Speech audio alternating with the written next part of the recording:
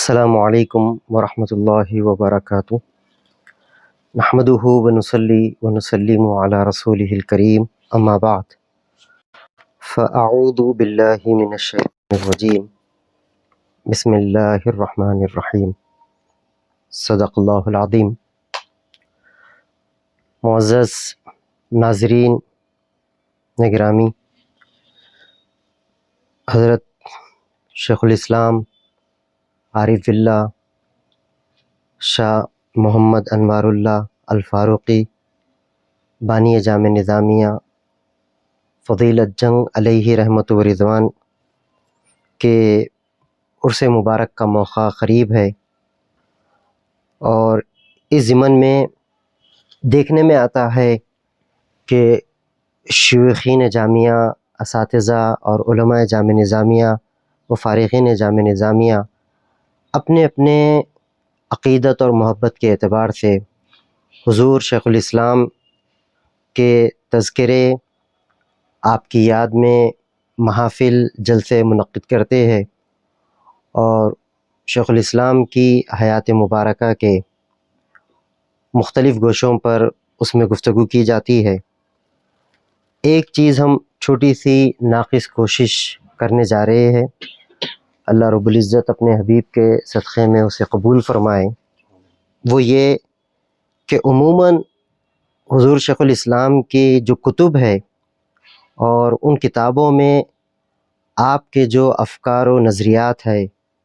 آپ کا تبحر علمی ہے، آپ کے یعنی جامع علوم پر آپ کی جو دسترس ہے، آپ کی جو جد و جہد ہے، نظریاتی طور پر آپ کے جو افکار ہے، ان چیزوں کو عمومی طور پر، میں یہ نہیں کہہ رہا کہ نہیں لایا جاتا، عمومی طور پر عوام کے سامنے تھوڑا سا کم پیش کیا جاتا ہے۔ اس کی کئی وجوہات ہیں۔ ہم ایک کوشش کرنے جا رہے ہیں کہ حضور شیخ الاسلام کی جو جملہ کتب ہے، ان کتب کا سلیس انداز میں، یا اس میں جو پیچیدہ الفاظ ہے، علمی اعتبار سے، اصطلاحی اعتبار سے، ان پیچیدہ الفاظ کو آسان انداز میں عوام کے سامنے رکھنے کی ہم کوشش کر رہے ہیں، تاکہ آپ کے علوم و فیوز و برکات سے خواص کے ساتھ ساتھ عوام بھی فیضیاب ہوتے رہے۔ اللہ رب العزت ہماری اس کوشش کو قبول فرمائے۔ اس ضمن میں ہماری نیت اور ارادہ یہ ہے کہ ہم تمام کتب پر اس طرح کی ایک سیریز جاری کریں، اور وہ تمام مضامین جو حضور شیخ الاسلام نے اپنی کتابوں میں، جیسے آپ کی کتب ہے مقاصد الاسلام، اور پھر انوار احمدی ہے، حقیقت الفقہ ہے، اور بھی دیگر کتب ہے، ان تمام کتابوں میں آپ کے جو یعنی مضامین ہیں، آپ کے جو علمی نکات ہے، ان کو ہم جو ہے عوام کے سامنے لانے کی کوشش کریں گے۔ اس ضمن میں ہم نے جب اس بارے میں رائے مشورہ کیا تو ہمارے عزیز اقارب، دوست احباب میں یہ بات طے ہوئی کہ اس کا آغاز شیخ الاسلام کا ایک مضمون ہے، فضیلت بسم اللہ الرحمن الرحیم، تو ہم اسی سے آغاز کریں گے۔ چونکہ بسم اللہ الرحمن الرحیم ہے تو ہر کام کا آغاز اس آیت مبارکہ سے ہو، تو ہم بھی اسی آیت مبارکہ سے ہماری اس سیریز کا آغاز کر رہے ہیں۔ اللہ رب العزت سے دعا ہے کہ اس کو قبول فرمائیں۔ اس میں ہم زیادہ کچھ نہیں کریں گے، شیخ الاسلام ہی کے الفاظ اور آپ ہی نے جو بیان کیا ہے اسی کو ہم بیان کرنے کی کوشش کریں گے۔ جہاں کچھ الفاظ مشکل ہو، پیچیدہ ہو، اس کی تھوڑی سی وضاحت ہو جائے گی۔ اب اس کا آغاز ہوتا ہے فضیلت بسم اللہ الرحمن الرحیم۔ شیخ الاسلام بیان فرما رہے ہیں، جہاں دین کے متعلق تمام باتوں کی تکمیل کی گئی ہے، وہاں ہمارے نبی کریم صلی اللہ علیہ وسلم پر کتاب بھی ایسی نازل کی گئی جو ظاہری و باطنی محاسن، صوری و معنوی خوبیوں کی جامع اور حاوی ہے۔ یعنی قرآن مجید، اس کے جو ظاہری الفاظ ہے، اس کی جو ترتیب ہے، الفاظ کی جو بندش ہے، الفاظ کا جو استعمال ہے، اس اعتبار سے، اور باطنی اعتبار سے اس میں جو علوم، جو معارف، جو نکات، جو حکمتیں اس کے اندر پوشیدہ ہے، اس کے اندر جو خوبصورتیاں ہیں، وہ صوری اور معنوی، یعنی ظاہری صورت کے اعتبار سے کہ آپ اس کی تلاوت کریں یا اس کی آپ پڑھے یا اس کی ترتیب کو دیکھے، اس کے صورتوں کے ترتیب کو آپ دیکھیں، آیتوں کی ترتیب کو دیکھیں، یا اس کے اندر معنوی جو نظام ہے، معنوی جو حکمت ہے، ان کو دیکھیں، ان تمام اعتبار سے یہ کتاب، اللہ کی کتاب قرآن مجید جامع ہے، مطلب ہر اعتبار سے وہ اپنے اندر جامعیت کو لی ہوئی ہے اور حاوی ہے۔ مطلب کوئی کتاب اس جیسی تو درکنار اس کی گرد کو بھی نہیں پہنچ سکتی، تمام انسانوں کی کتابیں ملا بھی لی جائے تب بھی اس کتاب کے قریب تک بھی نہیں آ سکتی۔ جیسا کہ ارشاد ہے قولہ تعالی ذالک الکتاب لا ریب فیہ، یعنی یہ وہ کتاب ہے جس میں شک و شبے کو بالکل دخل نہیں ہے، کسی اعتبار سے اس میں شک کیا ہی نہیں جا سکتا کہ یہ اللہ رب العزت کے علاوہ معاذ اللہ کسی اور کی کتاب ہے یا انسانوں میں سے کسی انسان کا کلام ہے۔ من جملہ اس کی اور خوبیوں کے ایک خوبی یہ بھی ہے کہ اس کتاب کا افتتاح ایک ایسی آیت سے کیا گیا ہے جو خاص خصائص کتاب محمدی صلی اللہ علیہ وسلم ہے۔ یعنی شیخ الاسلام فرماتے ہیں کہ یہ آیت مبارکہ بسم اللہ الرحمن الرحیم یہ حضور پاک علیہ الصلوۃ والسلام ہی کے خصوصیات میں سے ہے، آپ کو تو اللہ رب العزت نے جو کتاب دی ہے اسی کی یہ خصوصیت ہے۔ چنانچہ نبی کریم صلی اللہ علیہ وسلم سے مروی ہے انزل علی آیت لم تنزل علی نبی غیری، آپ نے ارشاد فرمایا کہ مجھ پر ایک ایسی آیت نازل کی گئی ہے جو میرے علاوہ کسی نبی پر نہیں نازل کی گئی، اور وہ آیت ہے بسم اللہ الرحمن الرحیم۔ یہاں پر ایک شبہ وارد کیا جاتا ہے کہ یہ آیت جیسا کہ سورہ نمل میں بھی موجود ہے انہو من سلیمان و انہو بسم اللہ الرحمن الرحیم، شیخ الاسلام ایک شبہ اور اعتراض کا جواب دے رہے ہیں کہ اگر اس حدیث کو مان لیا جائے کہ میرے حضور نے فرمایا کہ میرے علاوہ کسی اور نبی پر یہ آیت نازل نہیں کی گئی، تو پھر قرآن مجید ہی میں سورہ نمل میں آتا ہے کہ حضرت سلیمان علیہ السلام پر بھی اس آیت کو نازل کیا گیا تھا، چونکہ آپ کے حوالے سے قرآن مجید نے یہ ذکر فرمایا انہو بسم اللہ الرحمن الرحیم، اور نیز آئندہ دوسری احادیث سے بھی یہ معلوم ہوتا ہے کہ یہ آیت دوسرے انبیاء پر بھی نازل ہوئی ہے، یعنی اور کچھ احادیث بھی موجود ہے جو شاید شیخ الاسلام بھی آگے لے کر آئے گے کہ یہ آیت مبارکہ دیگر انبیاء پر بھی نازل ہوئی ہے، تو پھر یہ خاص قرآن نہ رہا۔ اس کا جواب مختلف طریقوں سے دیا گیا ہے، من جملہ ان کے ایک یہ بھی جواب ہے کہ آیت مذکورہ بلفظی حضرت سلیمان وغیرہ پر نازل نہیں ہوئی، مطلب یہ کہ یہ جو آیت مبارکہ ہے بسم اللہ الرحمن الرحیم عربی زبان عربی الفاظ کے ساتھ شاید اس طرح سے یہ دیگر انبیاء کرام پر نازل نہیں ہوئی، بلکہ جو آیت ان پر نازل ہوئی ہے وہ اس کے ہم معنی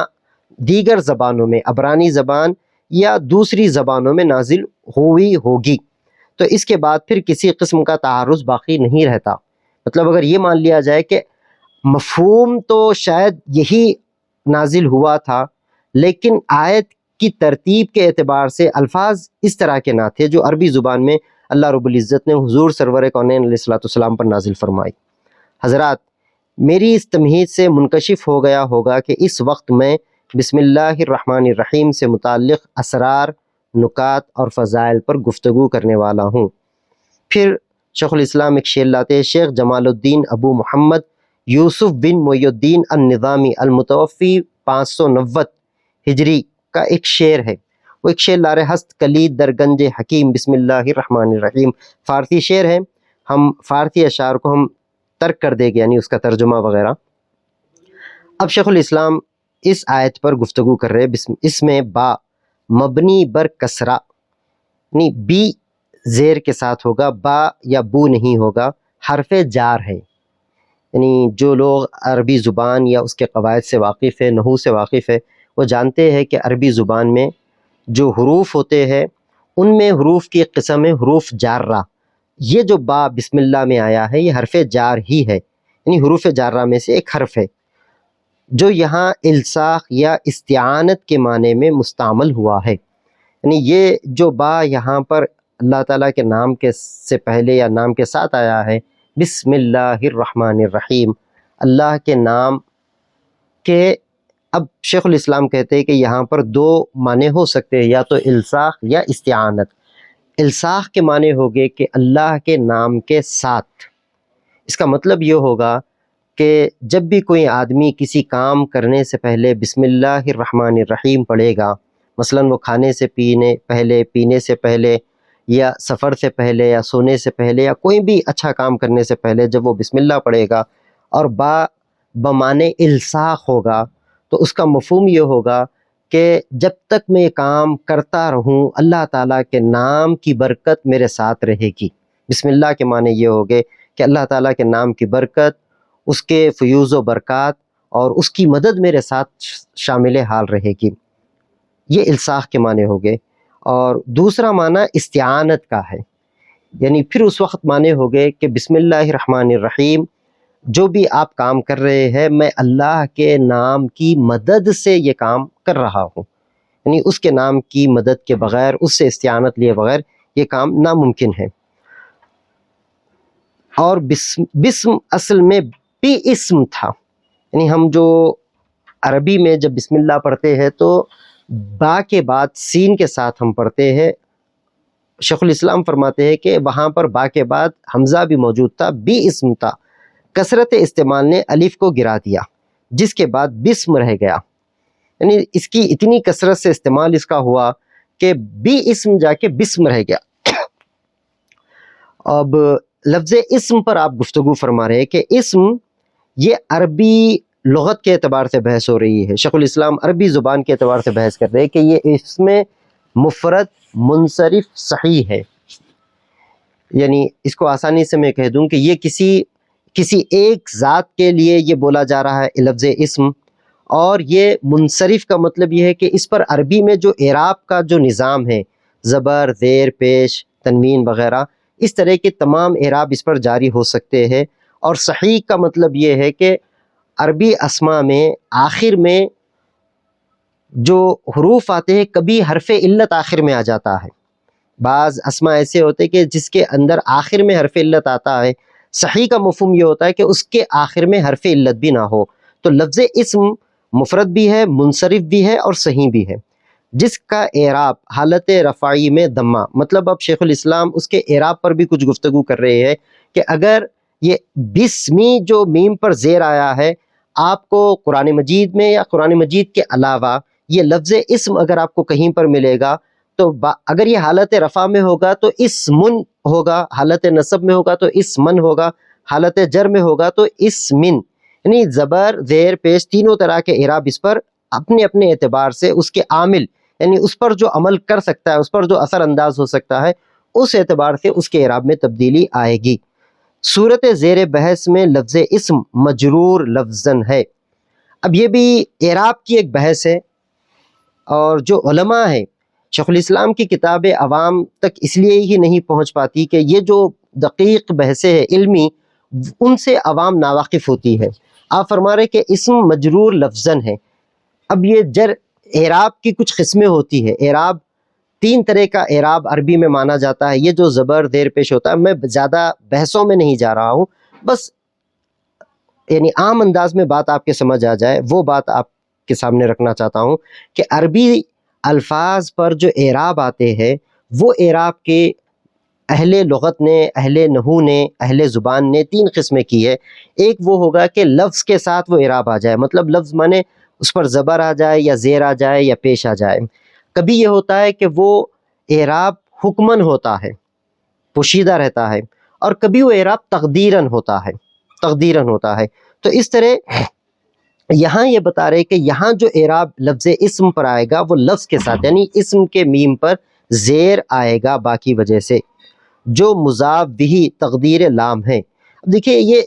باتوں میں شیخ الاسلام کتنی علمی نکات یہاں پر لاتے چلے جا رہے ہیں۔ اب یہاں یہ لا رہے کہ بسم اللہ، اسم اللہ، یہ جو لفظ ہے اسم اللہ، اللہ کا نام، اس کو عربی زبان میں مضاف الیہ کہتے ہیں۔ یہ ایک ترکیب ہوتی ہے جس میں ایک اسم کو دوسرے اسم کے ساتھ نسبت دی جاتی ہے کہ یہ اس کا ہے۔ اس کی بہت ساری مثالیں آپ کو مل جائے گی، جیسے زید کا گھر، زید کا غلام وغیرہ وغیرہ۔ اب یہ جو اضافت ہوتی ہے عربی زبان میں، اس کی تین قسمیں ہوتی ہے۔ ایک یعنی جب اس طرح کے الفاظ آئے گے، جیسے اسم اللہ، اللہ کا نام آ گیا، کتاب زید، زید کی کتاب، اس طرح کے جتنے بھی الفاظ آئے گے، اس میں بیچ میں کوئی ایک حرف پوشیدہ مانا جاتا ہے، کبھی وہ حرف لام ہوتا ہے، کبھی وہ حرف من ہوتا ہے، اور کبھی وہ حرف فی ہوتا ہے۔ یہ تین حروف پوشیدہ ہوتے ہیں۔ اس کی اپنی بحث ہے، جو اہل زبان ہے یا جو فن سے واقف ہے، فن نحو سے واقف ہے، وہ جانتے ہیں۔ تو فی یا من یا لام پوشیدہ ہوگا۔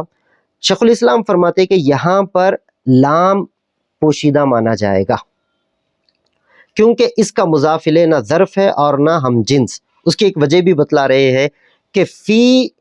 اس وقت پوشیدہ ہوتا ہے جب ان دونوں اسما میں اضافت میں جو مضاف الیہ کا جو اسم لفظ آئے وہ ظرف ہو، ظرف زمان یا ظرف مکان ہو، جیسے الیوم، اللیل، اس طرح کے الفاظ ہو۔ یا پھر کبھی من مانا جاتا ہے جبکہ مضاف الیہ مضاف کی جنس سے ہو، اسی کی قسم سے ہو۔ جیسے عربی میں ایک لفظ آتا ہے خاتم حدید یا خاتم فضت، چاندی کی انگوٹھی، تو وہ انگوٹھی اسی چاندی کی جنس سے بنی ہوئی ہے، تو وہاں پر من پوشیدہ مانا جاتا ہے۔ یہاں بتلا رہے کہ یہاں نہ فی آئے گا نہ من آئے گا، لام پوشیدہ ہوگا، یعنی اسم للہ، بی اسم للہ، یہاں پر لام پڑھنے میں نہیں آئے گا نہ پڑھا جائے گا، پوشیدہ طور پر مانا جائے گا، جو فائدہ بیان و وضوح کا دیتی ہے۔ اچھا، یہاں پر یہ جو لام آ رہا ہے یہ جو ہے یا تو تخصیص کے معنی میں ہے، تخصیص کے معنی میں، یا وضاحت کے معنی میں ہے۔ یہ بات ہو گئی۔ اس کے بعد لفظ اسم پر گفتگو کر رہے ہیں کہ اسم کے اشتقاق میں بصریوں اور کوفیوں میں اختلاف پایا جاتا ہے۔ علم نحو جو عربی علوم کا ایک بہت بڑا جامع علم ہے، اس کے دو بڑے مشہور مدارس ہیں، مدرسہ بصری اور مدرسہ کوفی، اور انہی پر پورا علم نحو ٹکا ہوا ہے۔ شیخ الاسلام گفتگو کرتے ہیں کہ یہ جو لفظ اسم ہے اس میں بصری اور کوفی حضرات کا اختلاف ہے۔ بصریوں کا خیال یہ ہے کہ یہ سمون سے مشتق ہے، یعنی اسمن جو بنا ہے اس کی اصل سین میم بو ہے، اور اس میں تبدیلی آتی ہے۔ اگر ہم ان تبدیلیوں پر، چونکہ ہماری کوشش یہ ہے کہ شیخ الاسلام نے جتنا بیان کیا ہم اسی تک ہی گفتگو کو محدود رکھیں، اپنی طرف سے زیادہ ایڈ نہ کرے کہ وہ اسمن سمون سے کہاں بن گیا، کیسے بن گیا، کیا تبدیلی آئی، کیا تعلیلات ہوئے، ہم اس پر جانا نہیں چاہتے۔ جس کے معنی علو کے ہیں، یعنی سمون کے معنی بلندی کے ہیں، کیونکہ اسم کی شان اپنے قسمین کے اعتبار سے بلحاظ عدم احتیاج کے مرتفع اور عالی ہے۔ شیخ الاسلام بتلا رہے کہ عربی زبان میں تین طرح کے الفاظ پائے جاتے ہیں، ایک کو اسم کہا جاتا ہے، ایک کو فعل کہا جاتا ہے، ایک کو حرف کہا جاتا ہے۔ اب یہ تینوں میں جو حرف ہوتا ہے وہ ہمیشہ محتاج ہوتا ہے، اپنے پہلے یا اپنے بعد کسی نہ کسی اسم کا یا کسی نہ کسی فعل کا، خاص طور پر وہ اسم کا محتاج ہوگا، بغیر اسم کے حرف مشکل ہی سے آئے گا۔ اور فعل جو ہوتا ہے وہ بھی محتاج ہوتا ہے، یا تو کسی زمانے کا محتاج ہوگا یا اپنے فاعل کا محتاج ہوگا، اس میں احتیاج ہوتی ہے۔ اس کے برعکس جو اسم ہوتا ہے وہ ان تمام احتیاجات سے بلند ہوتا ہے۔ شیخ الاسلام وہی بتلا رہے کہ اسم میں باعتبار اسم کی شان اپنے قسمین کے اعتبار، اسم کے دو قسمین ہو گئے، ایک فعل اور ایک حرف، ان دونوں کے اعتبار سے بلحاظ عدم احتیاج کے اس کو وہ ضرورتیں اور حاجتیں نہیں ہیں جو فعل کو اور حرف کو پیش آتی ہے، اس اعتبار سے اسم مرتفع اور عالی ہوتا ہے، بلند ہوتا ہے فعل سے اور حرف سے، اسی وجہ سے اس کو اسم کہا جاتا ہے۔ کوفیوں کا خیال ہے کہ یہ وسمن سے مشتق ہے، جس کے معنی علامت کے ہیں، یعنی وسمن بھی ایک لفظ آتا ہے، اور ان کی اپنی بحثیں ہے کہ وسمن میں وہ پہلے ہے، سمون میں وہ بعد میں ہے، اور اسمن میں جو حمزہ آیا ہے وہ پہلے ہے، لہٰذا وہ حمزہ وہ سے بدل کر حمزہ ہو گیا وغیرہ۔ کوفیوں کی اپنی دلائل ہے، لیکن شیخ الاسلام کہتے ہیں کہ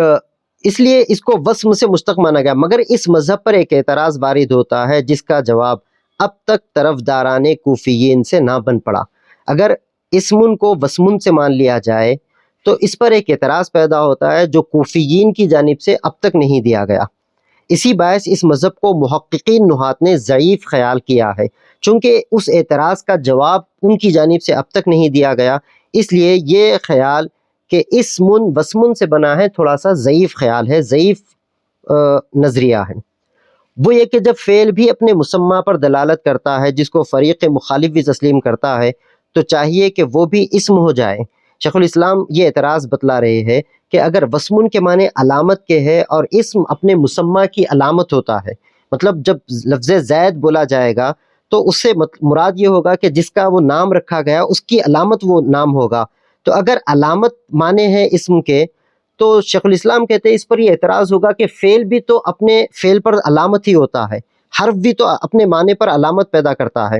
تو پھر اس اعتبار سے یہ تینوں ایک ہی معنی میں جمع ہو جائے گے، ایک ہی تعریف میں جمع ہو جائے گے۔ اسم کے معنی بھی وہی ہوگے، فعل کے بھی وہی ہوگے اور حرف کے بھی وہی ہوگے۔ اور یہاں پر پھر ایک علم کلام کا، منطق کا ایک قاعدہ ہوتا ہے جو ٹوٹ جاتا ہے، اور وہ قاعدہ یہ ہے کہ وَيَكُونُ بَيْنَ أَقْسَامِ الْمُقْسَمِ الْوَاحِدِ تَبَايُنٌ كُلِّيٌّ۔ وہ یہ کہتے ہیں کہ ایک ہی قسم کے جب مختلف قسمیں بنا دی جائے، جیسے ایک کلمہ ہے، کلمے کی 3 قسمیں بنائی گئی کہ وہ ایک حرف ہوگا، ایک فعل ہوگا اور ایک اسم ہوگا، تو جب یہ 3 قسمیں بنا دی گئی ہے تو تینوں میں تباین ضروری ہے، تینوں میں جدائی ہونا ضروری ہے، اور تینوں کی تعریف اگر ایک جیسی ہی ہو جائے تو پھر یہ 3 قسمیں نہیں رہ جاتی بات، حالانکہ اس کا کوئی بھی خیال نہیں ہے۔ اس اعتبار سے یہ لفظ اسم زیادہ بہتر ہے کہ سمو سے مان لیا جائے۔ اس کے بعد اب آپ لفظ اللہ کی، یعنی لفظ اللہ پر کچھ گفتگو کر رہے ہیں۔ لفظ اللہ جل جلالہ، لفظ اللہ کا اصل بعض نحات نے الہن بتلایا ہے۔ آپ کہتے ہیں کہ لفظ اللہ الہن سے بنا، الہن پر الف لام لایا گیا اور وہ الہن جا کے الالہ ہوا، اور پھر کثرت استعمال کی وجہ سے جیسے بسم اللہ میں بھی اسم کا حمزہ گر کے بسمی ہو گیا، اسی طرح الالہ کا حمزہ گر کے اللہ رہ گیا۔ اس طرح بعض لوگ یہ بتلاتے ہیں۔ پھر جب لام تعریف اس پر داخل ہوا تو مثل العباس والحسن وغیرہما اسما کے جاری مجرائے علم ہو گیا ہوگا۔ مطلب پہلے تو یہ الہن سے بنا، اور الہن کے معنی عربی زبان میں خدا کے ہوتے ہیں، اور وہ کوئی بھی خدا ہو، مطلب چاہے وہ خدا حق ہو کہ باطل ہو، اس کے لیے لفظ الہ خود قرآن مجید نے بھی استعمال کیا، لفظ الہ اللہ تعالیٰ کے علاوہ دیگر باطل خداؤں کے لیے۔ لیکن جب اس پر الف لام آ گیا تو وہ پھر کسی ایک خاص ذات کے لیے متعین کر دیا گیا، جیسے عباس عربی میں اس شخص کو کہتے ہیں جو چڑا ہوا ہو، جو غصے میں ہو، جو چڑا ہوا ہو، جس کے چہرے پر یعنی جو غضب جیسا ظاہر ہوتا ہو، اس کے لیے یہ لفظ استعمال ہوتا ہے۔ لیکن جب العباس کہہ دیا گیا تو پھر یہ خاص شخصیت کا نام ہو گیا۔ اسی طرح الحسن ہے، حسن کسی بھی خوبصورت کو کہتے ہیں، لیکن جب یہ الحسن ہو گیا تو پھر یہ خاص شخصیت مبارکہ کا نام ہو گیا۔ اسی طرح جب الہ جا کے یعنی الہن جا کے الالہ، اور پھر الالہ جا کے جب اللہ جل جلالہ ہو گیا تو پھر یہ ایک خاص ذات مبارکہ پر دلالت کر رہا ہے۔ بعض نحات کے پاس وہ غیر مشتق ہے۔ اب یہ دوسری بحث لا رہے ہیں،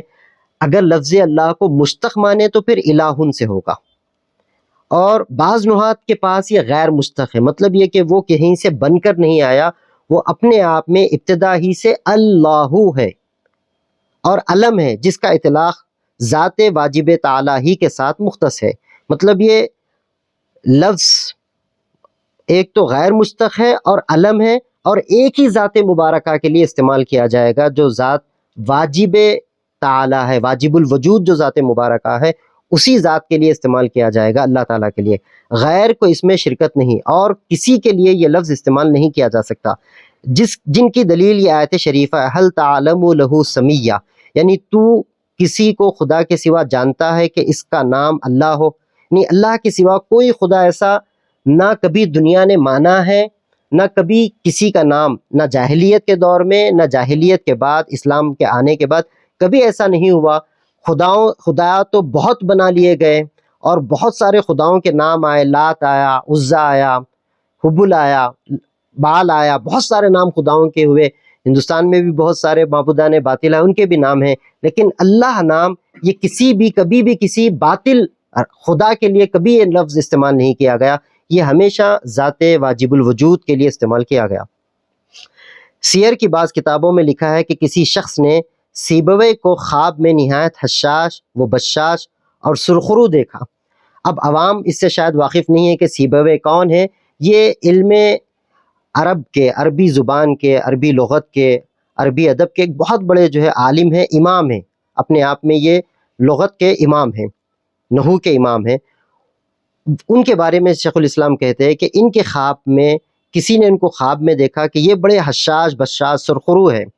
دریافت کیا آپ کی مغفرت کا کیا باعث ہوا، یعنی آپ کو کیوں اللہ تعالیٰ نے معاف کر دیا؟ انہوں نے جواب دیا کہ بروقت پرسش میرا کوئی عمل کارگر اور مفید ثابت نہ ہوا، مطلب جب قبر میں مجھ سے سوال جواب کیے گئے اور میرا حساب لیا جانے لگا تو میرا کوئی عمل میرے کام نہ آیا، مگر یہ کہ میں اپنی زندگی بھر اس کا خیال رہا کہ لفظ اللہ اعرف المعارف اور اس ذات کا علم ہے جو جمیع صفات کمالیہ کی جامع اور مستجمع ہے۔ مطلب سیبوی کی رائے اور ان کا مذہب یہ تھا کہ لفظ اللہ مشتق نہیں ہے، لفظ اللہ جامد ہے اور وہ اپنے آپ میں علم ہے، وہ غیر مشتق ہے۔ اس مذہب اور اس عقیدے کی بنا پر وہ یہ کہتے ہیں کہ اللہ تعالیٰ نے میری مغفرت فرما دی۔ حضرت ابن عباس رضی اللہ عنہما سے مروی ہے کہ صرف لفظ اللہ اسم اعظم ہے۔ اب اس لفظ کی آپ کچھ فضیلت بیان فرما رہے ہیں کہ یہ لفظ اللہ جل جلالہ یہ اسم اعظم ہے جو اسماء حسنہ میں اصل ہے۔ اللہ تعالیٰ کے جتنے اسماء ہیں ان تمام میں اصل یہ نام ہے، کیونکہ تمام قرآن میں ہر اسم کے پہلے اسی سے شروع کیا گیا ہے۔ مطلب قرآن مجید میں آپ دیکھیں گے اللہ تعالیٰ نے یہ فرمایا کہ اللہ رحیم ہے، میں بات سمجھانے کے لیے کہہ رہا ہوں، اللہ رحیم ہے، اللہ رحمان ہے، اللہ کریم ہے۔ بسم اللہ الرحمن الرحیم، اللہ کے نام سے شروع جو رحمان ہے اور رحیم ہے۔ تو اللہ کو موصوف بنا کر لفظ اللہ کو اور دیگر اسماء مبارکہ کو اللہ تعالیٰ کے بطور صفت استعمال کیا گیا۔ کبھی ایسا نہیں ہوا کہ لفظ اللہ کو صفت کے طور پر قرآن مجید میں استعمال کیا گیا ہو کہ فلاں اللہ ہے، ایسا کبھی نہیں کہا گیا، بلکہ اللہ غفور ہے، اللہ رحمان ہے، اللہ رحیم ہے، اللہ رازق ہے، اللہ خالق ہے۔ تو اس طرح سے لفظ اللہ کو بطور موصوف اور دیگر اسماء حسنہ کو بطور صفت استعمال کیا گیا، اور تمام اسماء کی اضافت اسی کی طرف ہوتی ہے۔ اب رہی یہ بات کہ جب اسم اعظم ہو تو چاہیے کہ اس کے توسل کے بعد ہر وقت دعا مقبول ہوا کرے۔ اب شیخ الاسلام ایک سوال کا جواب دے رہے ہیں کہ اگر لفظ اللہ اسم اعظم ہے تو احادیث سے ثابت ہے کہ اسم اعظم پڑھ کر بندہ جو بھی دعا کرتا ہے وہ قبول ہو جاتی ہے، وہ مستجاب ہو جاتی ہے، وہ رد نہیں کی جاتی۔ پھر ہم اللہ کا نام لے کر دعا کر رہے ہیں، پھر ہماری دعا قبول کیوں نہیں ہوتی؟ تو اس کی وجوہ دوسری ہے۔ آپ کہہ رہے کہ اس کے اور کئی وجوہات ہیں جس کی وجہ سے اس نام کا استعمال کرنے کے باوجود بھی ہماری دعائیں قبول نہیں ہو پا رہی ہے۔ اور یہ لفظ اللہ جیسا کہ ابھی معلوم ہوا ذات واجب تعالیٰ کا علم ہے جو لفظاً مجرور اور موصوف ہے، مطلب یہاں پر اس پر زیر آئے گا بسم اللہ یہاں پر اضافت کی وجہ سے، ورنہ آپ قرآن مجید میں دیکھیں گے کہ اللہ بھی آیا اور اللہ ان اللہ زبر کے ساتھ بھی یہ لفظ استعمال ہوا ہے، پیش کے ساتھ بھی ہوا ہے، واللہ قل هو اللہ، تو پیش کے ساتھ بھی، یہاں پر زیر کے ساتھ آئے گا بسم اللہ۔ یہاں تک بحث لفظ اللہ پر مکمل ہو چکی۔ اور الرحمن صفت مشبہ کا صیغہ ہے جس میں الف نون زائدتان ہیں۔ صفت مشبہ عربی اوزان میں اسماء کے اسم کے جو اوزان عربی میں آتے ہیں ان میں سے ایک وزن ہے۔ دراصل یہ اسم فاعل ہی کا ایک وزن ہے جس میں پائیداری، ثبوت اور استقلال ہوتا ہے۔ تو رحمان یعنی رحم کرنے والا، رحم فرمانے والا، اور یہ صفت مشبہ ہے تو اس کا مطلب یہ ہوتا ہے کہ یہ ایسی ذات جس کے اندر رحمت دائمی ہو،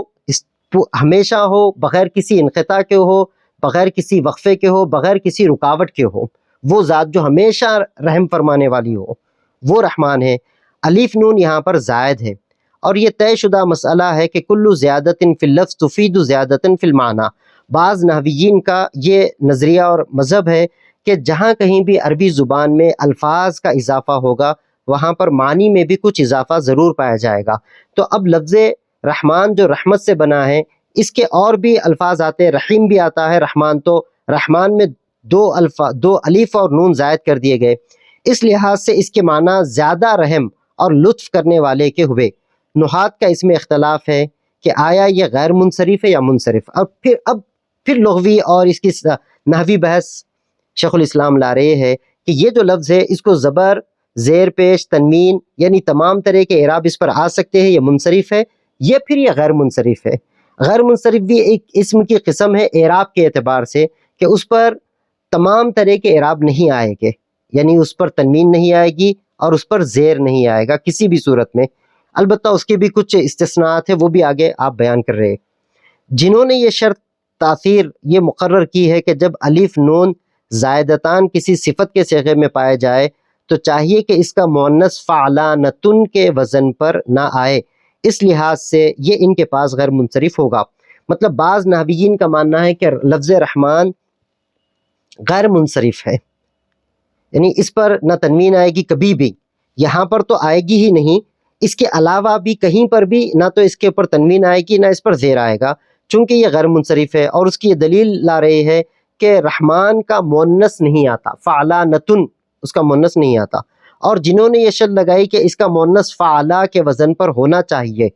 تو ان کے پاس منصرف ہو جائے گا۔ اور بعض نحویین یہ مانتے ہیں کہ کسی اسم کے غیر منصرف ہونے کے لیے اس کا مؤنث فعلا، یہ ایک وزن ہے عربی کا جو مؤنث کے لیے عورتوں کے لیے استعمال ہوتا ہے، یہ آنا چاہیے، یعنی رحمان مذکر ہے تو رحمہ ایسا اس کی کوئی مؤنث آنی چاہیے، جبکہ لفظ رحمان ایک ایسا اسم ہے جس کا مؤنث آتا ہی نہیں،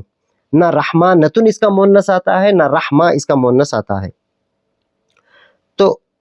اس میں دو طرح کے اقوال ہیں نحویین کے، چنانچہ علامہ ابن حاجب صاحب کافیہ، یہ کافیہ علم صرف کی بڑی مشہور اور جامع کتاب ہے، بنیادی کتابوں میں سے کتاب مانی جاتی ہے، اس کے جو مصنف ہے علامہ ابن حاجب وہ کہتے ہیں کہ ومن ثم اختلف فی رحمان، اسی وجہ سے لفظ رحمان میں اختلاف ہے نحویین کا کہ یہ منصرف ہے یا غیر منصرف، انہی شروط کے باعث رحمان کے منصرف اور غیر منصرف ہونے میں اختلاف ہوا ہے، مگر بلحاظ اس قاعدے کے وبالاضافت واللام ینجر بالکسری،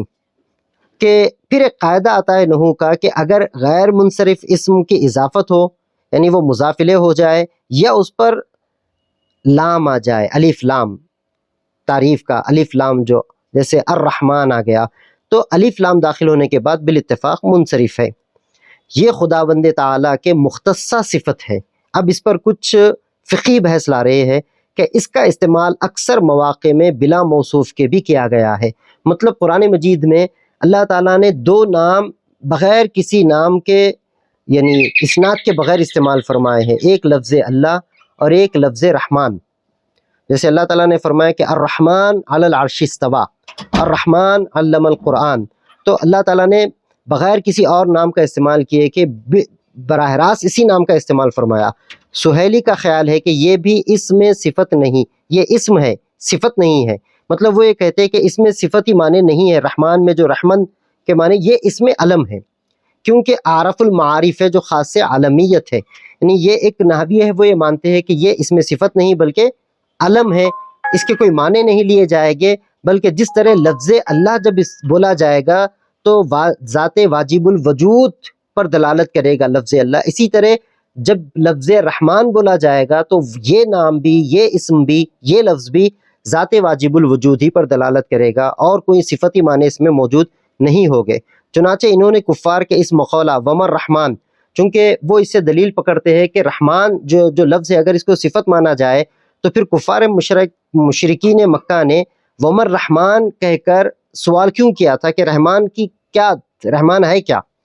استدلال کیا گیا اگر عارف المعارف نہ ہوتا تو یہ سوال ہی درست نہ تھا، کیونکہ صفت کی تعریف ہی یہ ہے کہ وہ صفت ذات مبہمہ پر دلالت کرتی ہے، مطلب یہ کہ اگر کوئی اسم صفتی معنی پر دلالت کرے اور کسی ذات خاصہ پر دلالت نہ کرے تو اس کے لیے پھر یہ ومر رحمان کہ رحمان کون ہے، رحمان کیا ہے، اس طرح پوچھنے کی گنجائش ہی نہیں رہ جاتی تھی۔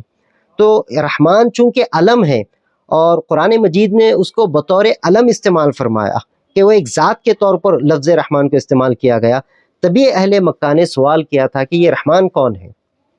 الرحمان یہ صفت اول ہے، اب بحث کو آگے لے جا رہے ہیں کہ رحمان یہ جو لفظ اللہ ہے اس کی صفت اول ہے، اور رحیم بر وزن فعیل صفت ثانی ہے جو اس میں فاعل کا صیغہ ہے، یہ دونوں رحمت سے مشتق ہے۔ یہ واضح ہے کہ دونوں جو نکلے ہیں ان دونوں کی اصل رحمت ہے، جن کے معنی محققین کے پاس بالکل ایک ہے، یعنی رحمان اور رحیم چونکہ دونوں کی اصل رحمت ہے تو دونوں کے معنی بھی ایک جیسے ہی ہوگے، البتہ رحمان خدا تعالیٰ کے ساتھ مختص ہے، اسی وجہ سے وہ رحیم پر مقدم ہے، مطلب رحمان اللہ تعالیٰ کے علاوہ کسی کے لیے استعمال نہیں کیا جائے گا، البتہ راحم یا رحیم یہ اللہ تعالیٰ کے علاوہ دیگر کے لیے بھی استعمال کیا جا سکتا ہے، اسی لیے اللہ تعالیٰ نے اپنے نام کے بعد فوراً رحمان کا ذکر فرمایا، بسم اللہ الرحمن، یہ نہیں فرمایا کہ بسم اللہ الرحیم الرحمن، نہیں فرمایا، جیسا کہ ذات الہ الحق کے سوا دوسرا متصف نہیں ہو سکتا۔ لیکن مسیلمہ کذاب کی تعریف میں جو کسی شاعر نے رحمان الیمامہ کا استعمال کیا ہے سو وہ بطور شذوذ کے ہے۔ یہ مسیلمہ کذاب یہ ایک شخص تھا جس نے اپنی نبوت کا جھوٹا دعویٰ کیا تھا، اور سیدنا ابو بکر صدیق رضی اللہ تعالیٰ عنہ کے دور خلافت میں اس کا خما کیا گیا، اس کو ختم کیا گیا۔ اس کا جو نام تھا اس کو بھی رحمان کے نام سے پکارا جاتا تھا، رحمان الیمامہ کہا جاتا تھا، اور کسی شاعر نے اسی نام کے ساتھ اس کے لیے شعر کہے تو شیخ الاسلام کہتے ہیں کہ یہ شاذ ہے، بس ایک آدھ شاعر نے اس کو اس طور پر استعمال کیا ہے، یا یہ کہ معرف باللہ مختص باللہ ہے، یا پھر یہ مان لیا جائے کہ وہ رحمان اس کو بولا جاتا تھا مسیلمہ کذاب کو بغیر الف لام کے، اور اللہ تعالیٰ کے لیے جو آئے گا وہ الرحمن ہے بغیر یعنی الف لام کے ساتھ ہی وہ آئے گا جو اللہ تعالیٰ کے لیے ہوگا۔ باعتبار لفظ کے الحاصل الرحمن خاص ہے باعتبار لفظ کے، کیونکہ اس کا اطلاق غیر اللہ پر حرام ہے، یعنی اللہ تعالیٰ کے علاوہ کسی کے لیے یہ استعمال نہیں ہو سکتا، اور بلحاظ معنی کے عام ہے کیونکہ یہ صفت خاصہ تمام موجودات عالم کو شامل ہے۔ مطلب اب یہ اپنے معنی کے اعتبار سے عام ہے۔ رحمان یعنی وہ ذات جو تمام مخلوقات پر رحم فرماتی ہو، اور رحیم اس کے برعکس ہے، یعنی رحیم یہ اپنے نام کے معنی کے اعتبار سے تو یہ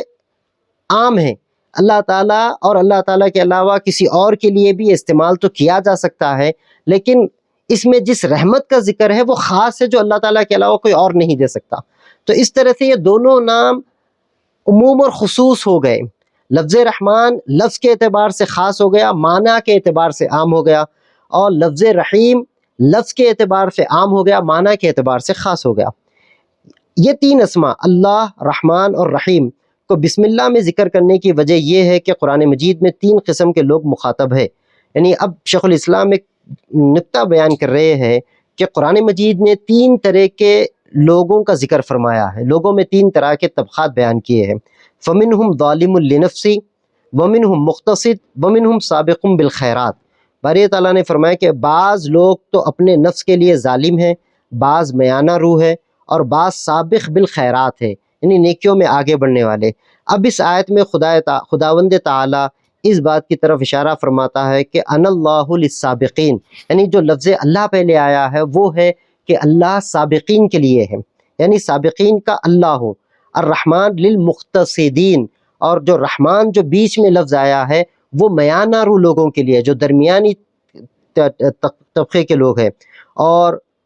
رحیم جو لفظ آیا ہے وہ ظالمین یعنی ظالموں کے لیے اللہ تعالیٰ رحیم بھی ہے۔ اور نیز اس بات کی طرف بھی اشارہ ہے کہ میں اللہ عطاؤں کو دینے والا، رحمان لغزشوں سے درگزر کرنے والا، اور رحیم جفاؤں سے تجاوز کرنے والا ہوں، یعنی انسان اگر نافرمانی بھی کرے تو بھی اللہ تعالیٰ کبھی تجاوز فرما دیتے ہیں، درگزر فرما دیتے ہیں۔ گویا خداوند تعالیٰ اپنے کمال رحمت سے فرماتا ہے کہ میں تمہارے وہ راز و اسرار جانتا ہوں کہ اگر ان سے تمہارے والدین واقف ہو تو تم سے جدائی اختیار کر لے۔ مطلب انسان بعض اتنے گناہگار اور خطاکار، بلکہ ہر انسان اتنا گناہگار اور خطاکار ہوتا ہے کہ اگر اس کے ان گناہوں کے اوپر اس کے ماں باپ واقف ہو جائے تو اس سے دوری اختیار کر لے۔ تمہاری بیوی کو معلوم ہو تو جفا کے لیے تیار ہو جائے، یعنی وہ چھوڑ کے جانا پسند کر لے۔ تمہاری لونڈی یا باندی کو معلوم ہو تو تم سے فرار ہونے اور بھاگنے پر مستعد ہو، اور اگر تمہارے ہمسایہ اور پڑوسی کو معلوم ہو تو گھردار کو تباہ و خراب کر کے خیر بات کہنے کے لیے آمادہ ہو جائے۔ اگر تمہارے پڑوسیوں کو، قریب میں رہنے والوں کو تمہارے خطاؤں، تمہاری غلطیوں کا علم ہو تو وہ اپنا گھر بار توڑ کر، چھوڑ کر، ویران کر کے تم سے دور جانا پسند کرے، اس کے باوجود بھی اللہ تعالیٰ تم پر رحم فرماتا ہے۔ لطف یہ ہے کہ میں یہ سب کچھ جانتا ہوں، مگر اپنے کرم اور رستاری سے ان سب کو مستور رکھتا ہوں، ستاری سے ان سب کو مستور رکھتا ہوں۔ اور آپ فرما رہے کہ اللہ تعالیٰ اپنے کرم اور اپنی شان ستاری سے ان سب پر پردے ڈالا ہوا ہے، اور فوراً انتقام نہیں لیتا۔ اللہ رب العزت فوراً بدلہ نہیں لیتا، تاکہ تمہیں معلوم ہو جائے کہ میں ہی اللہ الرحمن الرحیم ہوں، اور الہ حق اور کریم ہوں۔ اس کے بعد شیخ الاسلام کچھ فارسی اشعار لا رہے ہیں تو ہم اس کو ترک کرتے ہیں۔ شرح مواہب لدنیا میں لکھا ہے کہ یہ تینوں اسم یعنی اللہ، الرحمن، الرحیم اسم اعظم ہے۔ نبی کریم صلی اللہ علیہ وسلم سے مروی ہے کہ حضرت مریم علیہ السلام نے حضرت عیسیٰ علیہ السلام کو ایک استاد کے پاس سپرد کیا تاکہ ان کو تعلیم دے، یعنی آپ کے تاریخ میں یہ روایت آتی ہے۔ استاد نے ان سے کہا بسم اللہ الرحمن الرحیم لکھو، تو عیسیٰ علیہ السلام نے کہا کہ بسم اللہ کیا ہے؟ استاد نے کہا کہ مجھے معلوم نہیں۔ آپ نے فرمایا بسم اللہ کا با خداوند تعالیٰ کی رونق، سین اس کا ارتفاع، میم اس کی مملکت پر دلالت کرتا ہے۔ یعنی حضرت عیسیٰ علیہ السلام چونکہ وہ اللہ کے نبی، اللہ کے رسول ہے، تو آپ نے اپنے پڑھانے والے کو بسم اللہ کے معنی اور مفہوم بتائے، اور بتایا کہ بسم اللہ کا جو با ہے وہ اللہ تعالیٰ کی رونق کی طرف، اس کی بہا، اس کی جلال، اس کی تجلیات کی طرف دلالت کرتا ہے، سین اس کی بلندی کی طرف دلالت کرتا ہے، اور میم اللہ تعالیٰ کی بادشاہت، مملکت پر دلالت کرتا ہے۔ اللہ تعالیٰ اس بات کو بتلاتا ہے کہ وہ معبود برحق ہے جس کی طرف حاجتوں کی درپیش اور سختیوں کے نازل ہونے کے وقت تضرع اور زاری کے ساتھ توجہ کی جاتی ہے۔ رحمان دنیا اور آخرت میں مہربان ہونے کو بتلاتا ہے، اور رحیم اس بات کی طرف اشارہ کر رہا ہے کہ آخرت کی خاص مہربانی اسی کے قبضے قدرت میں ہے۔